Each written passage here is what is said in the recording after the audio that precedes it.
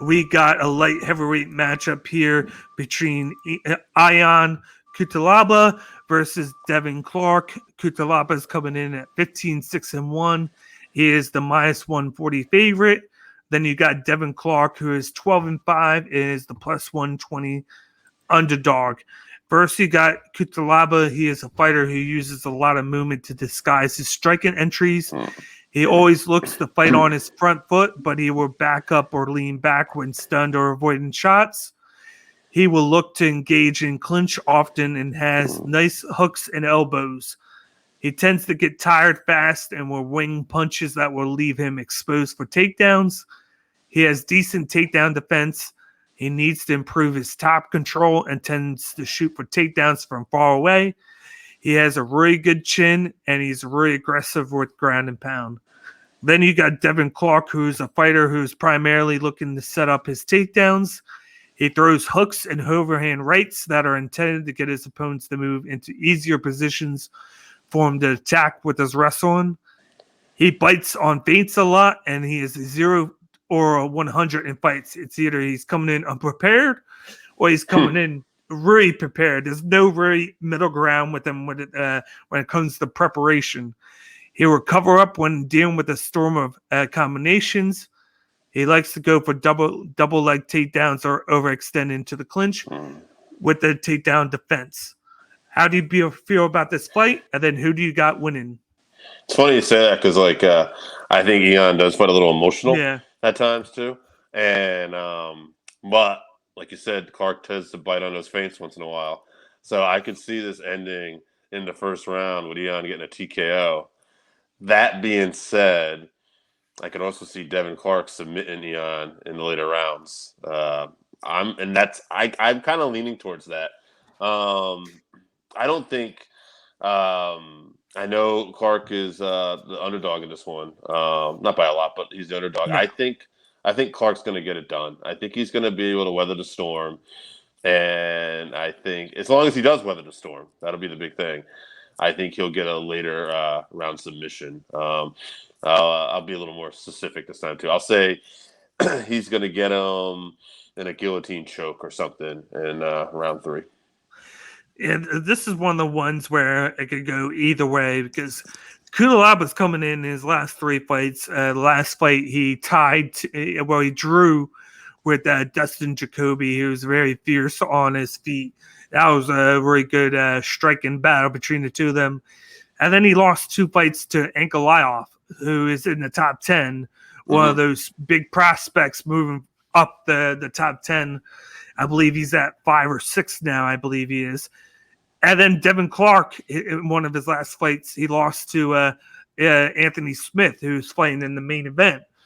And he's not going to be that threatening on the feet against Cutelaba. It's going to be his ground game and the submission game, like you said, where he's going to be the favorite at. That's why it kind of almost evens out because Cutelaba is going to be the threat on his feet. But it depends on how Cutelaba comes in. Like if he comes in guns blazing, throwing shots, trying to get the knockout right away, if he doesn't get that, he's going to be tired out. Yeah. And then he's going to leave himself away for Devin Clark to take him down and lock in one of those several submissions that he can use on him. But then again, he could come in and get popped. Like you said, this could be like a first round knockout for Cutelaba or like a round 2 or 3 submission victory for Clark or by any means.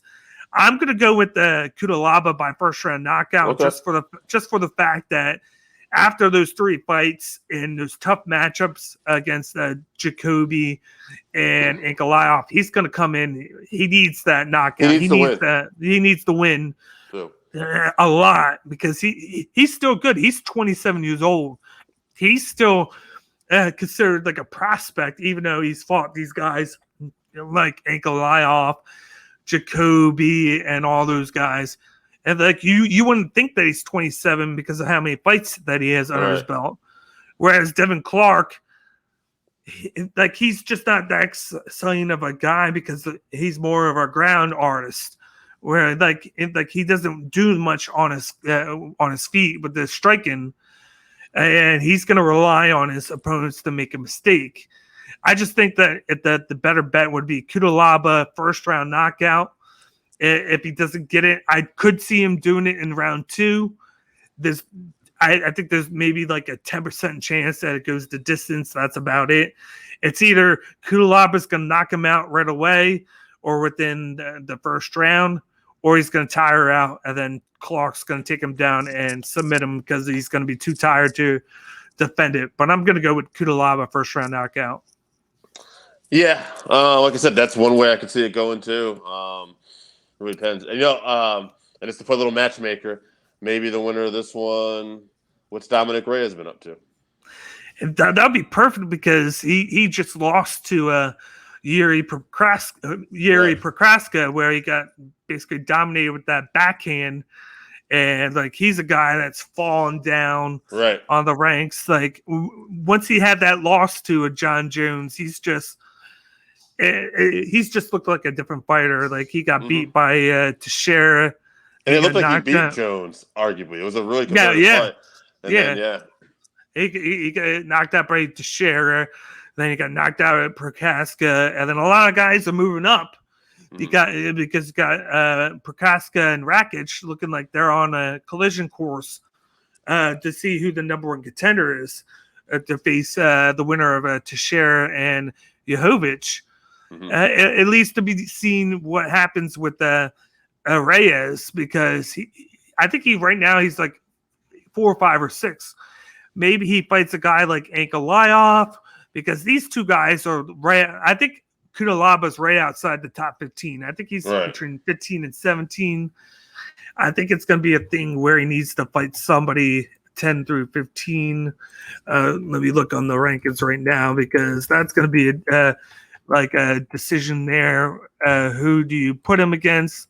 And this, because right now, like, it's crazy. Once Jones left, the division has gotten a lot better because I guess they've had a lot of prospects come in. But you got Reyes 5.